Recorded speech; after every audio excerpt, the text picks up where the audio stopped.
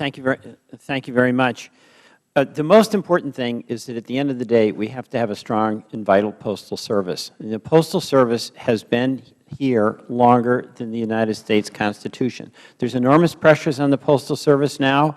Obviously, the Internet has really cut into first-class mail, but the telegraph cut into Pony Express. I mean, there's a lot of adjustments that had to be made over the year. And any approach that we take, offered by the White House, offered by this committee, should have as the goal the strengthening of the Postal Service for the long term. My view is that while there's enormous price pressures, the reforms we have cannot be ones that ultimately undercut the capacity of the Postal Service to provide the unique service it does. 6-day delivery, in my view, is very important.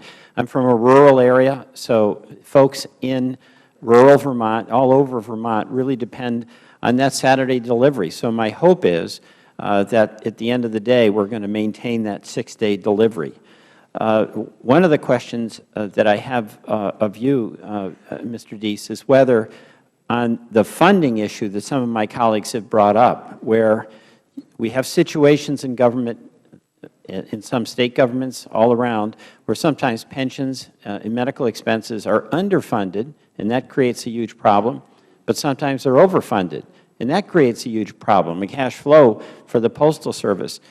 Where do you all stand on the funding levels for these pensions and the obligations that the Postal Service has that are kind of constricting their cash flow and their ability to operate? Thank you for that, and I would just say at the outset that the Administration agrees strongly with your bottom line principle that we need to be focused on a stronger Postal Service. With respect to the pension and other outstanding liabilities, it is important to look liability by liability because it differs. With respect to the pension obligations in the FERS system, for example, that's a place where we believe that if calculated accurately based on postal-specific characteristics, there is a surplus and the Postal Service has overpaid.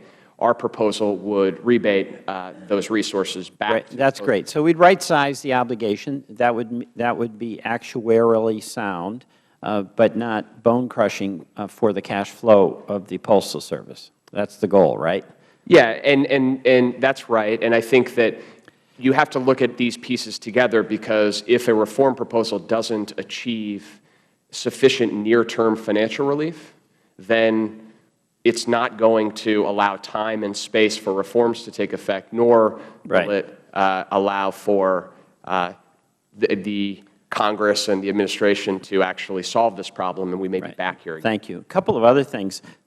What about, we've got to maintain the overnight delivery standards. I mean, one of the great things about any organization is when they can provide the service that the customers need. Overnight delivery really is important to the Postal Service to be customer friendly.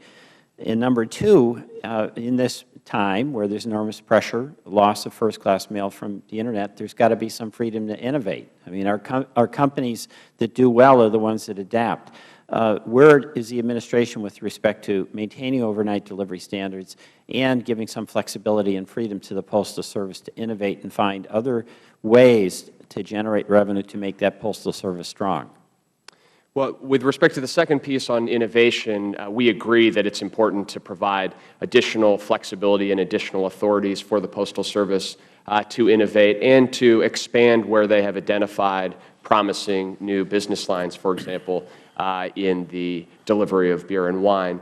And with respect to the question of overnight delivery, I think we believe it's important to maintain the quality of service that customers have come to rely on, and that has to be an integral part of making any of these reforms. Okay.